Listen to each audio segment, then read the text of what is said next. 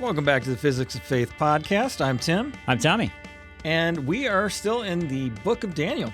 Yes, sir. Yeah, it's a great book. I've really loved going through this again.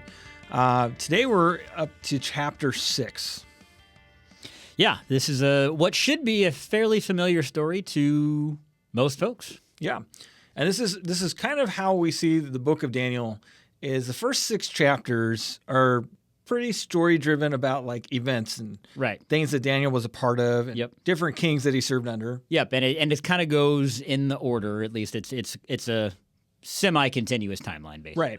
And then when we get to the next 6 chapters, it's all prophetic. Right. Right. So it's big change in chapter 7. Yeah, big changes are coming. But this one here, this is another famous story. I think most of the stories in Daniel are actually pretty famous. Yeah.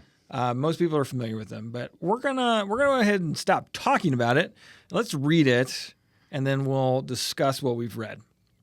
So we're gonna start chapter 6, and we're gonna read verses 1 through 5. It pleased Darius to appoint 120 satraps over the kingdom to be in charge of the whole kingdom, and over them 3 commissioners, of whom Daniel was one, so that these satraps would be accountable to them, and that the king would not suffer loss. Then this Daniel began distinguishing himself among the commissioners and satraps because he possessed an extraordinary spirit, and the king intended to appoint him over the entire kingdom. Then the commissioners and satraps began trying to find a ground of accusation against Daniel regarding government affairs. But they could find no ground of accusation or evidence of corruption because he was trustworthy, and no negligence or corruption was to be found in him. And these men said, "We will not find any ground of accusation against Daniel unless we find it against him regarding the law of his God." All right, so chapter 6 starts. We got a new king who dis, right? Yeah. Yeah. So Darius, if we remember from the end of chapter 5, we had Belshazzar, I think is his name. Yep. And at the end of that, Belshazzar is defeated. Right. And the Medes and the Persians take over. Yep. So this is the Medo-Persian Empire. Right. And Darius is appointed over this kingdom. Exactly. All right, so we got Darius. And so Darius sets up a system of 120 satraps that report to 3 commissioners. Daniel's one of those 3 commissioners. So these are all basically provincial governors. Yeah, he kind of created a new form of government, basically. He kind of it's similar to how they had it with not wise men's not the right word, but men over certain parts of the land. Mm-hmm. And so it's a little different of a setup, but similar. And any new administration is going to put their people over different things and fix. They didn't have a constitution that laid it all out. Right. Even if they had, it's a whole new group of people. Right. It's like this isn't the Babylonians anymore, right? Right. It's not just from one party to the next, right? Yeah. Now, yet again, we see that Daniel stands out, right? He stood out with his first king. He stood out throughout his whole career. He was very important in Babylon. And then we start this new kingdom. We've got Darius, and immediately Daniel is the man. Right. Yeah, and this is a common theme, that you see this several places, and where we have one guy that's doing the right thing, that is honorable, that is godly, and nobody likes him, right? And everybody tries to set out to destroy him, And it's funny how when we think in modern times, we think about where we are politically, and we think about certain things, and we're like, oh man, they're as bad as they ever were, But when you think about it, a lot of the problems we haven't really changed a lot. Like, imagine every time a new president gets elected, and he appoints a Secretary of Defense or a whatever, or as like a Supreme Court justice or something like that. And like the second that person gets, announced, like people go back 22 years on his Facebook page to something he did in college or whatever. It's like, okay, how can we ruin this guy? Right. And that's what they tried to do, but Daniel is such a godly man, they literally could find nothing. And it's important to note that Daniel wasn't sinless. He's still an imperfect, person, and he would tell you that he was sinful too. It's just they couldn't find anything to hold against him. Right, absolutely. There was nothing outstanding, nothing egregious. No skeletons in his closet. Right. He was just doing what he thought was best at all times. Right. And not just that he thought was best. Like, remember, the book of Daniel starts with him saying, I'm not going to abandon the ways of God. Right. And even down to the diet that he was eating at the time. Yeah. Right? And just imagine that, like a government official that everybody could agree that, like, yeah, he's a good guy. Like, they couldn't find a single thing and he's not just a good guy. Hold against right? him. Yeah. There have been like political figures that I'm like, yeah, I could sit down and watch a ball game with that guy. Right. Seems like a nice guy to talk to. Right. Didn't care for any of his policies or thought he mismanaged certain things, right? Sure, yeah. Like, you're going to have people like that, right? With Daniel, it goes beyond just being a good dude that you want to hang out with or that you'd feel good to know. He's actually good at his job. Yeah. Right? Yeah, it's not just he's not that's how he got to this position, which is why they're trying to take him down, because he's so good at his job and he's so wise and he's always got the right things to say. He's always doing what is right for the kingdom and what's wise, that he raised himself so much so that the king is going to, like, look, I'm just going to appoint you over everything, basically, because you're almost and that's when they started to because they didn't want to answer to him. Right. So they realized, like, look, we can't get him on any of this stuff. So what we're going to do is we're going to attack his beliefs. We're going to attack something that he does for his God that we can find that doesn't align with our sensibilities. Right. And like, that never happens anymore, right? Right. Yeah. Right. What's interesting to me about that is, though, this statement that they make, it's telling because it means that they are aware that by his actions, his words, and the way he lives his life, that he serves his own God, and it's not the common ones from their lands. Right. Everything that he does speaks to them. He has a different God than they do. Right. Right. Yeah, they're holding him to his own standard, but he's lived up to that standard. Yes. And which is something that is kind of interesting that you see in these other chapters, that there are a lot of different gods that people believe in, or there's certain, like we said, gods or different belief, but they all kind of let people kind of just take care of it, and they don't have anything against Daniel's God, really. They just like, yeah, this guy got it. Yeah, absolutely. All right, so let's read 6 through 9, and we'll see what plan they come up with. Then these commissioners and satraps came by agreement to the king and spoke to him as follows. King Darius, live forever. All the commissioners of the kingdom, the prefects and the satraps, the counselors and the governors, have consulted together that the king should establish a statute and enforce an injunction that anyone who offers a prayer to any god or person beside you, O king, for 30 days shall be thrown into the lion's den. Now, O king, establish the injunction and sign the document so that it will not be changed, according to the law of the Medes and Persians, which may not be revoked. Thereupon King Darius signed the document, that is, the injunction. All right. So their suggestion is to get Darius to sign this injunction that says that no one can pray, offer any prayer to any god or person besides the king. Yeah. Right. Yeah, and this is kind of the first time in this book where people are directed to who they are allowed to worship to. Right. Well, I think in a way. Yeah, I mean, honestly, I would actually say, like, we see this with Nebuchadnezzar too. Yeah. Right. There's a point where Nebuchadnezzar's like, you have to worship this statue, right? Right. Now. Yeah, I guess that's true. I did. But he didn't say you couldn't worship someone else. Right. To your point, right? Yeah. He just said you have to also worship this. Yeah.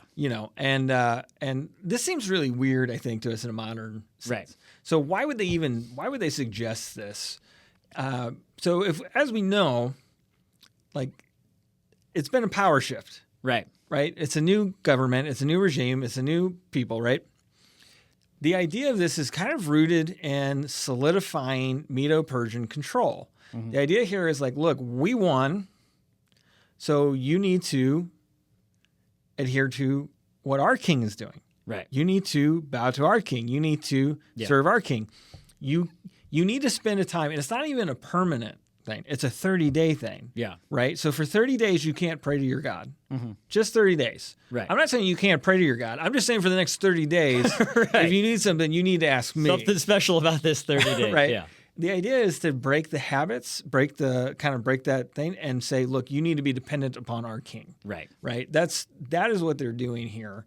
And honestly, Babylon did the same thing. Right. Under Nebuchadnezzar. They did similar stuff, right? Yeah, and as I was thinking about that, yeah, I was kind of wrong, but you did correct me, but I was right in the sense that when Nebuchadnezzar you must worship this, but he didn't say you can't do the other things. He said everybody must bow down to this. Exactly. This is kind of the first time where they're saying, okay, now you can't do something. Right. So it's different, but it's the same because it's like we saw too when they took the captives from Israel and from Jerusalem.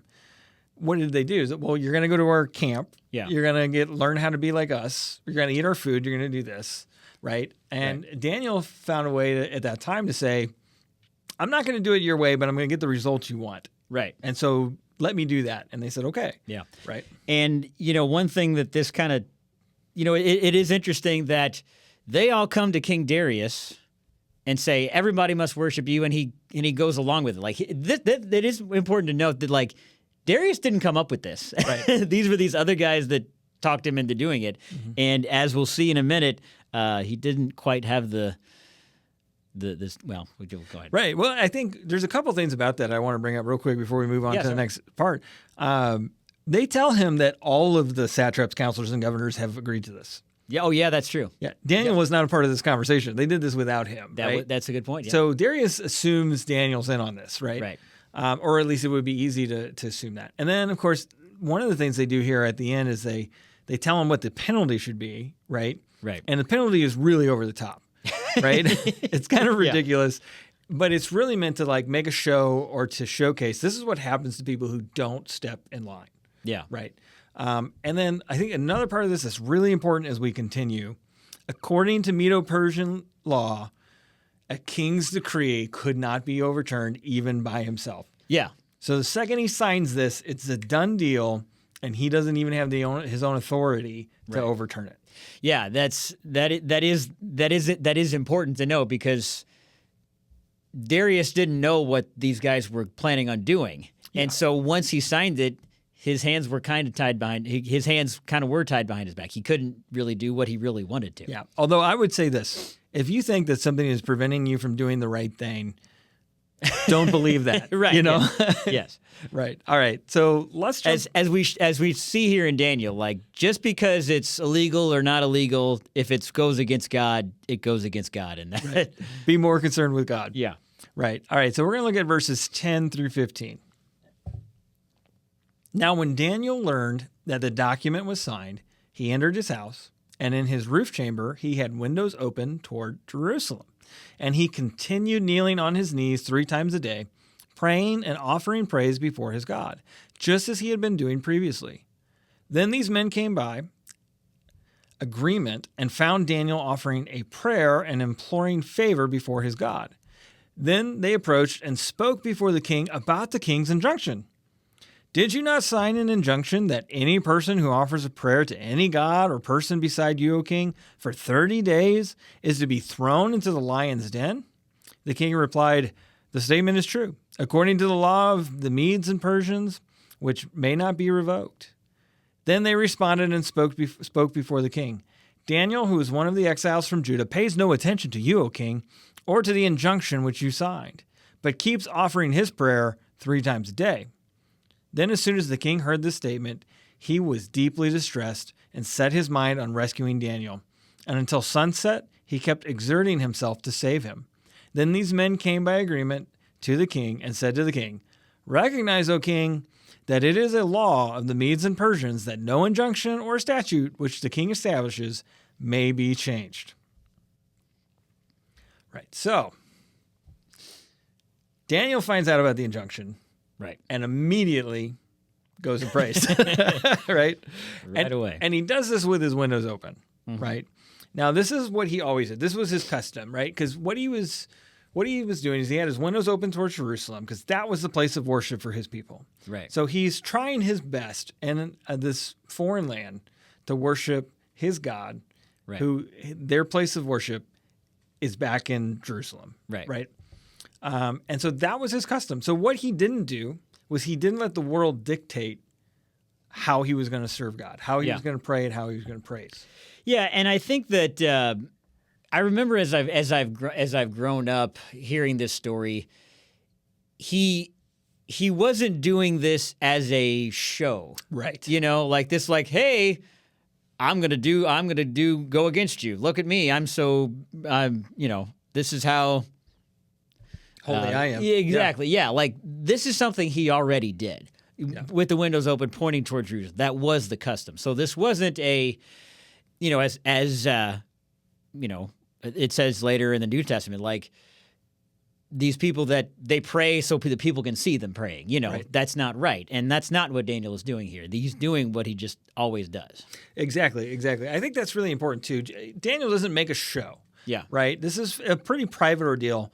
And the people who set a trap for him probably wouldn't even noticed if they weren't knowing he was going to do it and knowing where to look. Yeah, because they said they had to go to him. So they knocked on the door was open or whatever. I mean, they went there and they saw him. It wasn't that they looked through the window or whatever. Yeah. I think another telling thing here is what Daniel is praying for. Yeah. So Daniel is praying for favor from the Lord, right? So in every instance, Daniel has been consistent in this. Whatever king he is serving is at the leisure of the true king, the God of all things. So he always takes his place seriously, right? He always takes his place in the kingdom seriously. He always takes the king that's above him seriously, but he never turns his back on the one who actually gives the favor, right? He doesn't beg Nebuchadnezzar for favor. He doesn't beg Darius for favor. He prays and asks God for favor, and God provides that for him. Right. Right. Now, I think a lot of us would have gone and prayed, Lord, deal with this. Yeah. Right? Right. Instead, he prayed for favor. Yeah. Yeah. He gave thanks. Yeah. He praised God for being God, and then he gave thanks. And then he said, take care of me, please. Yeah. So this is followed up by these men in agreement going back to the king and saying, hey, you signed this thing. Yeah, I love this. That's what cracks me up in this story. Like they talk him into signing this thing, and then they come back to him like, "Hey, didn't you sign this?" And he's probably like, "Oh, yeah, I did. Yeah, I signed that." That's how I see it in my head. It's probably not like that, but that's how I see it in my head. I see it very Disney villain-esque. Yes, yes. Yeah. Now, the king's response is actually pretty awesome. Yeah. Right? So Darius it's clear he thinks really highly of Daniel. Yeah. And he doesn't care that Daniel prays to his God, right? That doesn't bother him. That wasn't the point of this. But he immediately regrets his decision, and he's like, well, no, I don't want to uphold this if it's going to be bad for Daniel. Yeah. And he labors over this. And like it says that he was deeply distressed. He sets his mind on rescuing Daniel until sunset, and he's exerting himself, Right. trying to come up with a way around this. Yeah. But they come back to him and they're like, there's no way around this. Right. You have to keep your word. Yep. Right. So that gets us down to verses 16 through 24. All right, verse 16. Then the king gave orders, and Daniel was brought in and thrown into the lion's den. The king said to Daniel, your God, whom you continually serve, will himself rescue you. And a stone was brought and placed over the mouth of the den. And the king sealed it with his own signet ring and with the signet rings of his nobles, so that nothing would be changed regarding Daniel. Then the king went into his palace and spent the night fasting, and no entertainment was brought before him, and his sleep fled from him. Then the king got up at dawn, at the break of day, and went in a hurry to the lion's den. And when he came near to the den, to Daniel, he cried out with a troubled voice. The king began speaking and said to Daniel, Daniel, servant of the living God, has your God, whom you continually serve, been able to rescue you from the lions? Then Daniel spoke to the king, O king, live forever. My God sent his angel and shut the lions' mouths, and they have not harmed me since. I was found innocent before him, and also toward you, O king. I have committed no crime. Then the king was very glad and gave orders for Daniel to be lifted up out of the den. So Daniel was lifted up out of the den, and no injury whatever was found on him, because he had trusted in his God. The king then gave orders, and they brought those men who had maliciously accused Daniel, and they threw them, their children, and their wives into the lion's den. And they had not reached the bottom of the den before the lions overpowered them and crushed all their bones. Yikes. Yeah. Wow. Okay, so grisly in there. So, again, the king's behavior here is very telling, right? He's not like Nebuchadnezzar, who kind of goes up and down and stuff. Yeah. And he's also not like Nebuchadnezzar. I think this is like a great contrast. So when he throws Daniel into the lion's den, he says to him, surely your God will deliver you from this. Right. Right? When Nebuchadnezzar throws Shadrach, Meshach, and Abednego into the flaming furnace, he says, no one can save you from my hand. Right. There's already a huge difference between Nebuchadnezzar and Darius, right? Yeah, for sure. Right. So the king really believes that Daniel should be rewarded for his loyalty to God, right? He also feels like Daniel has been loyal to him, right? And so the king, who knows that Daniel's been loyal to him and knows that he can't save him, he wants God to save Daniel. Yeah, for sure. Right? So the king then seals Daniel in. Now, there's a couple reasons why this might be. The first one might be to prevent him from escaping. Yeah. Right. The other reason, though, might be to prevent others from trying to kill him if the lions did not. Right. They don't want anybody messing with it. If it's sealed, they know that nobody Yeah. changed the outcome. Yeah. Right. It's clear at this point that Daniel has real enemies. Yeah. So it's possible they could have been lying in wait to make sure that Daniel dies. Yeah, and it's interesting some of the parallels that you see with this and sometimes other places in the Bible. Obviously the big parallel that you see is they put Jesus in the tomb and they rolled the stone over it and they sealed it. Yeah. That was the thing that they did because just like you're saying, they wanted to make sure that nobody would come in and steal his body. In this situation, they wanted to make sure that not only did he not get out, but nobody else got in. Yeah. But I also think about similar to Jesus, the Pilate who had the power to free Jesus and was like he could have, he had all the power and he was not strong enough to do so. And again, we know that the King Darius, once he signed that, it was law and it couldn't change. But when you think about it, he was the king. He could have if he wanted to. Right. He still gave the order. Right. I totally hear what you're saying there. I think the trouble for Darius is that he is the Mede king. Yeah. Right?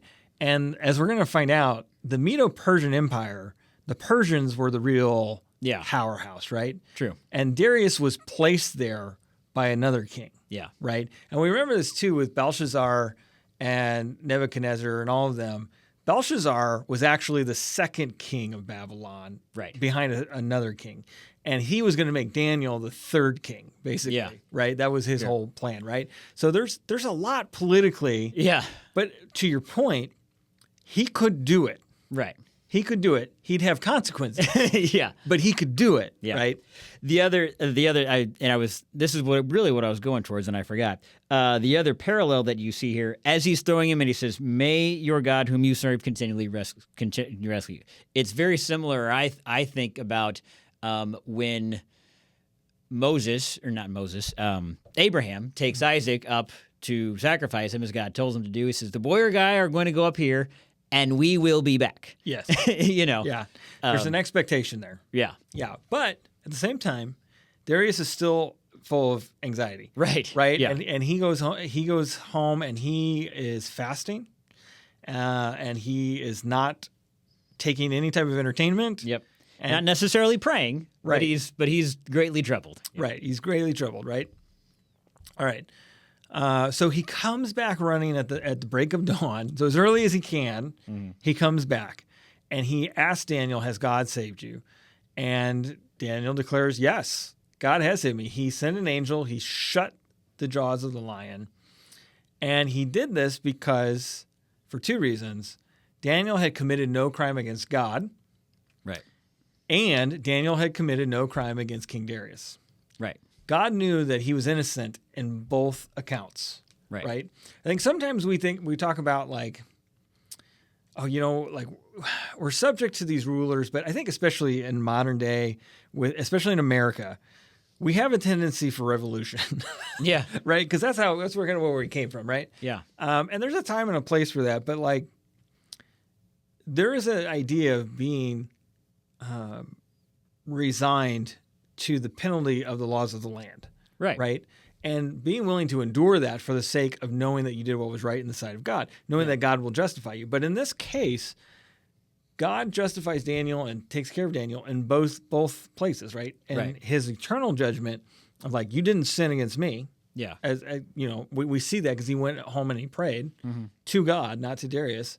And then you didn't sin against Darius because how is this even a law? Right. Yeah. Right? And not only does God protect him from that, but they face the consequences. Right. Exactly. Right. So even in following the edict, Daniel did not betray the king, and not following the edict. So Daniel was thrown into the den like the decree requested. So he took the consequences. That doesn't mean he had to stay there. Right. I think Right. this is kind of interesting. Like he just had to be thrown in overnight. Yeah. So whatever happens to him, the edict is served. Yeah. Right. So he doesn't have to die. Right. The edict doesn't say he Thrown has in the lion's den. Right. Yeah. It just says he has to be thrown into the lion's den. They're assuming that they're going to be eaten by the lion. That's what's going to happen. And that's Yeah. that's why if you're a satrap in the Medo-Persian Empire, you should not assume. Right? Right. Yeah. Yeah. So what ends up happening is the king then pulls him out. He's excited. He's glad. But then he takes all of these guys and he brings their families even. And he says, all right, the thing that you wanted to exact upon Daniel, I'm now going to exact upon you. Yeah. And he throws them in. And the lions respond immediately. Yeah. Right. And it's pretty brutal. It says that they overpowered them and crushed their bones before they even reached the bottom. So like Right. midair, these lions are attacking. Jumping and yeah. Yeah. Yeah, and that's and I think that there's a very important reason for that that is in the book, and that shows that like they didn't not eat Daniel because they weren't hungry. Yeah.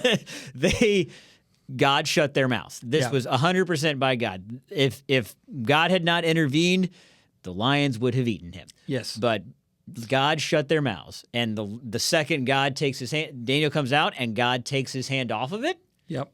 Boom. Right. I think it's important to remember here too, or consider that your immoral actions can affect more than just you. Absolutely. Right. This can impact your whole family, and that's exactly what they did. Their children, their wives, they were all thrown in. Yeah. And they all died with them, and that's a horrible thing. But it's also Right. the fruit of their Right. deeds. Right. And this isn't the only place in the Bible where you see that, Right. But yeah, I think that is an important thing to remember, especially if you are married with children. When you yes, God will punish you, but and again, that we're getting kind of in the weeds here because we're righteous saved by Christ. But your family is affected, I guess. Your family is affected Yeah. by your decisions, right? Like Yeah. God forgives us, but that doesn't always excuse like the repercussions. Exactly. Right. Yeah. And I think that's the thing here that like we got to remember that like before we give ourselves a pass to do something Right. for our own gain or for our own purposes, that's maybe a little nefarious, maybe not as bad as this, but it can have a traumatic impact on the rest of our family. Yeah, for Right. sure. All right, so let's wrap this up. Let's read 25 through 28. Then Darius the king wrote to all the peoples, nations, and populations of all languages who were living in all the land. May your peace be great. I issue a decree that in all the realm of my kingdom, people are to tremble and fear before the God of Daniel. For he is the living God and enduring forever, and his kingdom is one which will not be destroyed, and his dominion will be forever. He rescues, saves, and performs signs and miracles in heaven and on earth. He has also rescued Daniel from the power of the lions. So this Daniel enjoyed success in the reign of Darius and in the reign of Cyrus the Persian. All right. Darius's praise of God is a little bit better than Nebuchadnezzar. Seems a little more sincere. It's a little more sincere. It's a Yeah. little more. He's not as up and down as Nebuchadnezzar is. Yeah, I mean, wrote to all the nations and peoples of every language in all the earth. Right. He got this message out. Right. And he declares that the God of Daniel is the living God. Yeah. Right. His kingdom will not be destroyed. His dominion is forever. I mean, this is a banger of a worship song, right? This is good, right? He's rescued Daniel, and so we should fear him. We should all fear the God of Daniel for this reason. The issue here is that he still sees him as Daniel's God. Right. Right? Yeah. He correctly attributes Daniel's God as the God whose dominion will never end, but it's still Daniel's God. He has not made God his Lord. Right. Right. So the king issues this new decree that people should fear Daniel's God. And that is where this chapter ends, with us knowing that Daniel will enjoy success under Darius and in the reign of Cyrus the Persian. So I believe Cyrus is the one who appointed Darius. Right. Yeah. Right. That kind of ends the historical part of this, or the story part of the book. It does. Now, as we continue on, there's going to be some overlap with some of the other books, right? So there's a few other books that you can look into. So trying to remember now which one. I'm so bad at this. So there is, I think when we get to Ezra and Nehemiah, right, and even Esther, there's going to be some overlap on some of this stuff. But because essentially what happens is the kings will eventually say, your people can return to Jerusalem, right? And so some of these kings that we see mentioned here are going to be mentioned in other books, and they're going to be the ones who give the decree. And in fact, I think when we get into chapter 8, we're going to see a little bit more about that. For sure. All right. So that is chapter 6. Anything else that we need to talk about? I think there was earlier, but I can't remember it now. So all right. Wasn't that important now. We'll just let it go. Maybe next episode. Yeah. All right. Thank you all. We'll see you next time.